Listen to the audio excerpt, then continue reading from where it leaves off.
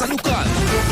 Ug karon sa detalye sa atong mga balita, dinhi sa ato patay nang nakit-an nga naglutaw sa subang usa ka 73 anyos nga lalaki dito sa barangay Kunalum, lungsod sa Argao. Ang biktima gila nga si Clemente Espina Albiso, minyo og residentes barangay Katang, Argao.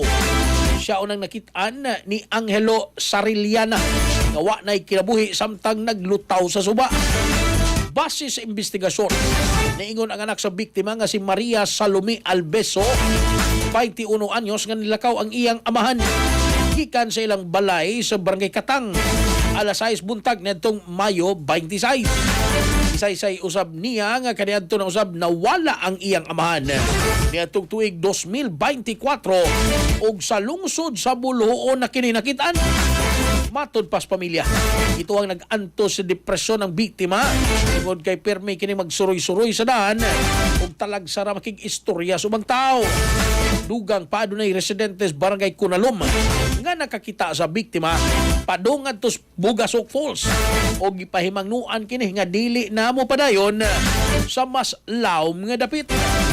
Girekomendar sa investigator on case nga ipa-autopsiya ang patayng lawas aron mabaw-an ang eksaktong hinungdas kamatayon aron masiguro nga why foul play.